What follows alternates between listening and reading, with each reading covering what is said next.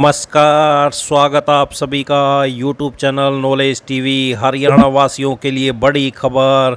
आज 22 अगस्त शुक्रवार सभी हरियाणा वासियों के लिए सुबह सुबह बड़ी खबरें, घोषणा क्या है पूरी जानकारी आइए देखते हैं। हरियाणा की हर छोटी से बड़ी योजना, घोषणा, आदेश, निर्णय, मौसम सभी की जानकारी आपको यहाँ पर मिलती रहेगी। तो चैनल पर पहली बार आए तो सब्सक्राइब जरूर कर लें। तो चलिए देखते हैं। हरियाणा आज 22 अगस्त हरियाणा वासियों के लिए बड़ी खबरें, घोषणा, ऐलान। पहली बड़ी घोषणा, युवा पीढ़ी को ऑनलाइन मनी गेमिंग की लत से बचाने के लिए लाया गया promotion and regulation of online gaming bill 2025 बृहस्पतिवार को राज्यसभा से पारित हो गया। लोकसभा इसे पहले ही पारित कर चुकी है। राष्ट्रपति की स्वीकृति मिलते ही यह कानून बन जाएगा।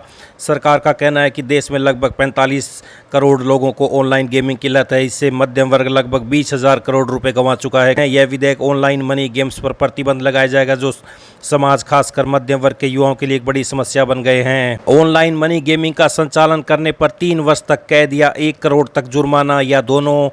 विज्ञापन करने वालों के लिए भी 2 वर्ष तक की कैद या 50 लाख तक का जुर्माना, या दोनों का प्रावधान। मनी गेमिंग से संबंधित लेन देन के लिए 3 वर्ष तक कैद और या 1 करोड़ रुपए तक जुर्माने का प्रावधान। ऑनलाइन गेमिंग बिल पर संसद की लगी मोहर, अब जल्द बनेगा कानून। आइए अगली बड़ी घोषणा देखते हैं। हरियाणा विधानसभा का मानसून सत्र 22 अगस्त यानी आज दोपहर से शुरू हो रहा है। सत्र के दौरान सत्ता पक्ष और विपक्ष के बीच कानून व्यवस्था, भर्तियों और बीपीएल कार्ड के मुद्दे को लेकर टकराव देखने को मिल सकता है। इनेलो ने भी सरकार को घेरने की तैयारी की है। 10 ध्यानाकर्षण प्रस्ताव दिए हैं। कांग्रेस के अलावा इनेलो ने भी सरकार को घेरने की तैयारी की है। इनेलो प्रदेश में खाद की कमी के बारे में, शिक्षण संस्थानों के लिए आरक्षित की गई जमीन को आवंटित करने बारे में, SYL नहर, कानून व्यवस्था की बिगड़ती स्थिति, सरकारी स्कूलों में हजारों की संख्या में शिक्षकों के खाली पद के मुद्दे उठाएगा। तो आज दोपहर 2 बजे से शुरू होगा विधानसभा का सत्र। मानसून सत्र में कानून व्यवस्था व भर्तियों के मुद्दे पर होगा टकराव। मुख्यमंत्री नायब सैनी ने विधायकों व मंत्रियों के साथ विपक्ष के हर सवाल का जवाब देने की तैयार की रणनीति। आइए अगली बड़ी घोषणा देखते हैं। शिक्षा विभाग की तरफ से अब स्कूल छोड़ने के प्रमाण पत्र की प्रक्रिया को ऑनलाइन कर दिया है। नई व्यवस्था से छात्रों और अभिभावकों को सुविधा मिलेगी। विद्यार्थी को स्कूल छोड़ने प्रमाण पत्र अब SLC अब ऑनलाइन उपलब्ध होगा। विभाग ने MIS पोर्टल पर इसके लिए विशेष मॉड्यूल सक्रिय कर दिया है। नई प्रणाली के तहत अभिभावकों को स्कूल के चक्कर लगाने की जरूरत नहीं होगी, बल्कि वे घर बैठे ही ऑनलाइन आवेदन कर सकेंगे। अभिभावकों को MIS पोर्टल पर जाकर छात्र का SRN अथवा उससे जुड़ा आधार नंबर दर्ज कराना होगा। इसके बाद प्रवेश के समय दर्ज किए गए पिता के मोबाइल नंबर पर एक OTP भेजा जाएगा। OTP सत्यापन के बाद ऑनलाइन आवेदन की प्रक्रिया पूरी हो जाएगी। तो अब घर बैठे मिलेगा स्कूल छोड़ने का प्रमाण पत्र। आइए अगली बड़ी घोषणा देखते हैं। हरियाणा कर्मचारी चयन आयोग में प्रदेश भर के विभिन्न जिलों से सैकड़ों अभ्यर्थी पहुंचे। अभ्यर्थियों ने मांग की है कि JBT मेवात कैडर शिक्षक भर्ती 2024 का परिणाम घोषित किया जाए। अभ्यर्थियों ने कहा 12 वर्ष में JBT मेवात कैडर की परीक्षा हुई, उसका भी परिणाम घोषित नहीं किया गया। 28 सितंबर 2024 को परीक्षा भी आयोजित हो गई, लेकिन परिणाम नहीं आया। विधानसभा चुनाव के दौरान मुख्यमंत्री ने आश्वासन दिया था कि नियुक्तियों के बाद ही कुर्सी पर बैठेंगे। तो हरियाणा कर्मचारी चयन आयोग के कार्यालय के बाहर परीक्षा परिणाम घोषित कराने की मांग को लेकर पहुंचे अभ्यर्थी। JBT के परीक्षा परिणाम को घोषित करने की मांग। आइए अगली बड़ी घोषणा देखते हैं। 9 सितंबर से शुरू हो रहे एशिया कप में भारत और पाकिस्तान के बीच मैच होगा। भारत सरकार ने बृहस्पतिवार को इसकी अनुमति दे दी है। सरकार ने कहा मल्टीनेशनल टूर्नामेंट में पाकिस्तान से खेलने पर रोक नहीं है। दोनों देशों में द्विपक्षीय सीरीज नहीं होगी। 2 दिन पहले 19 अगस्त को BCCI ने एशिया कप में हिस्सा लेने के लिए भारतीय टीम का ऐलान किया था। इसमें सूर्य कुमार यादव को कप्तान और शुभमन गिल को उप कप्तान बनाया गया था। GST काउंसिलिंग के मंत्रियों के समूह ने GST के 12% और 28% के स्लैब को खत्म करने की मंजूरी दे दी है। अब GST के सिर्फ 2 स्लैब 5% और 18% ही होंगे। लग्जरी आइटम 40% के दायरे में आएंगे। ग्रुप ऑफ मिनिस्टर्स के संयोजक सम्राट चौधरी ने इसकी जानकारी दी। अभी GST के 4 स्लैब हैं, 5, 12, 18 और 28%। GOM की बैठक पर इसके संयोजक ने कहा हमने केंद्र सरकार के प्रस्ताव का समर्थन किया, जिसमें 12% और 28% के GST स्लैब को खत्म करने की बात है। तो एक्सपर्ट के मुताबिक सूखे मेवे, ब्रांडेड नमकीन, टूथ पाउडर, टूथपेस्ट, साबुन, हेयर ऑयल, सामान्य एंटीबायोटिक, पेन किलर दवाएं, प्रोसेस्ड फूड, स्नैक्स, फ्रोजन सब्जियां, कंडेंस्ड मिल्क, कुछ मोबाइल, कुछ कंप्यूटर, सिलाई मशीन, प्रेशर कुकर, गीजर जैसी चीज़ें सस्ती होंगी। इन पर टैक्स 12% से 5% होगा।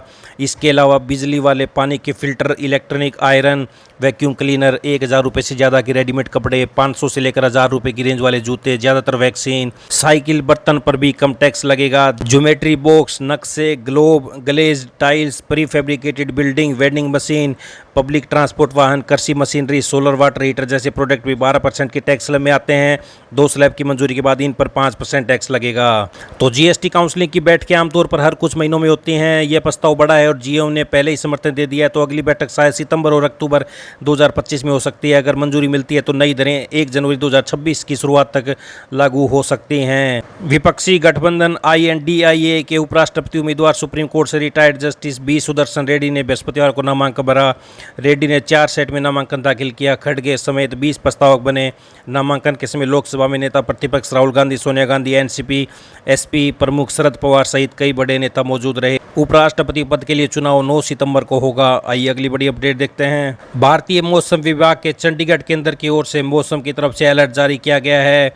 इसमें हरियाणा के पंचकुला, अंबाला, यमुनानगर, हिसार, भिवानी, चरखी दादरी, झज्जर, महेंद्रगढ़, रेवाड़ी, गुरुग्राम, फरीदाबाद, मेवात और पलवल के आधे इलाकों में बारिश हो सकती है। इसके बाद आज से भारी बारिश का अनुमान जताया गया है। लगातार 3 दिन तक ऐसी स्थिति बनी रहने का अनुमान जताया गया है। आज 9 जिलों में येलो अलर्ट है। पंचकुला, अंबाला, यमुनानगर, महेंद्रगढ़, रेवाड़ी, गुरुग्राम, फरीदाबाद, मेवात और पलवल में, यानी इन जिलों में हल्की से मध्यम बारिश हो सकती है। तो लोगों को मौसम को देखते हुए सतर्क रहने और यात्रा के दौरान सावधानी बरतने की जरूरत है। आइए अगली बड़ी घोषणा देखते हैं। हरियाणा विद्यालय शिक्षा बोर्ड ने हरियाणा अध्यापक पात्रता परीक्षा STET 2024 के परिणाम जारी करने की दिशा में एक कदम बढ़ा दिया। इसके लिए 25 व 26 अगस्त को अभ्यर्थियों की बायोमेट्रिक वेरिफिकेशन होगी। प्रदेश के सभी 22 जिलों में इसके लिए सेंटर बनाए गए हैं।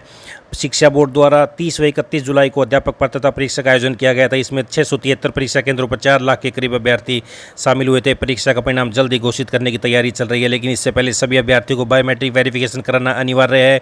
इसके बिना परिणाम घोषित नहीं किया जाएगा। बोर्ड के अध्यक्ष, उपाध्यक्ष और सचिव ने बताया कि अभ्यर्थियों की सुविधा के लिए राज्य के सभी 22 जिलों में 25 और 26 अगस्त को वेरिफिकेशन केंद्र स्थापित किए गए हैं। अन्य राज्यों के अभ्यर्थी अपने नजदीकी जिलों में जाकर यह प्रक्रिया पूरी कर सकते हैं। विशेष परिस्थितियों में अभ्यर्थी 22 जिलों में स्थापित किसी भी केंद्र पर जाकर वेरिफिकेशन करवा सकते हैं। उन्होंने बताया कि बायोमेट्रिक वेरिफिकेशन के अभ्यर्थी को अपना मूल फोटो युक्त पहचान पत्र और मूल प्रवेश पत्र, एडमिट कार्ड साथ लाना जरूरी है।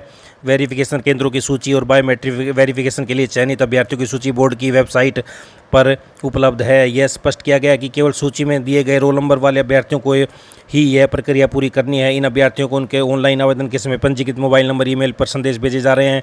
बोर्ड ने स्पष्ट किया कि जो अभ्यर्थी इन तिथियों में बायोमेट्रिक वेरिफिकेशन की प्रक्रिया पूरी नहीं करते, उनका परिणाम घोषित नहीं किया जाएगा। आइए अगली बड़ी घोषणा देखते हैं। राज्य की औद्योगिक प्रशिक्षण संस्थाओं में रिक्त रह गई सीटों के प्रति संस्थान स्तर पर किए जा रहे ऑन द स्पॉट दाखिले की अंतिम तिथि 22 अगस्त से बढ़ाकर 30 अगस्त कर दी है। दाखिला पोर्टल पर नए आवेदन रजिस्ट्रेशन 30 अगस्त को दोपहर 12 बजे तक किया जा सकता है। संस्थान स्तर पर दाखिला शाम 5 बजे तक किया जाना है। वह दाखिला फीस जमा करवाने हेतु पोर्टल दिनांक 30 अगस्त रात्रि 11:59 तक खुला रहेगा। तो आपको निर्देशित किया जाता है कि दाखिला कार्रवाई पूर्व में जारी किए गए दिशा निर्देशों एवं निर्धारित कार्यक्रम अनुसार करना सुनिश्चित करें। तो यह आदेश जारी कर दिया गया है। ITI को लेकर तो तारीख बढ़ा दी गई है 30 अगस्त ऑन द स्पॉट दाखिले के लिए। आइए अगली बड़ी घोषणा देखते हैं। अंबाला से चंडीगढ़ के बीच एक ट्रेन चलाई जाएगी। इसको लेकर जल्द ही ट्रेन रूट पर फिजिबिलिटी चेक भी कराया जाएगा। सूबे के ऊर्जा मंत्री अनिल विज ने बताया कि पिछले महीने उन्होंने केंद्रीय रेल मंत्री को लेटर लिखकर अंबाला कैंट से चंडीगढ़ के बीच एक पैसेंजर रेलगाड़ी चलाने का आग्रह किया था। इस पर केंद्रीय रेल मंत्री ने पॉजिटिव रिस्पॉन्स दिया है। तो ये सभी हरियाणा वासियों के लिए आज सुबह सुबह बड़ी खबरें, घोषणा, ऐलान। हरियाणा की हर छोटी सी बड़ी जानकारी के लिए चैनल को सब्सक्राइब जरूर कर ले, घंटी का बटन जरूर दबाएं, क्योंकि घंटी का बटन नहीं दबाया तो आपको अगली वीडियो का नोटिफिकेशन नहीं मिलेगा। तो इस वीडियो को ज़्यादा से ज़्यादा लाइक करें, शेयर करें, कमेंट करें, सब्सक्राइब करें, ताकि ज़्यादा से ज़्यादा लोगों तक यह जानकारी पहुँच सके। तो इस अपडेट में इतना ही। मिलते हैं अगली बड़ी घोषणाओं के साथ। तब तक के लिए बहुत बहुत धन्यवाद।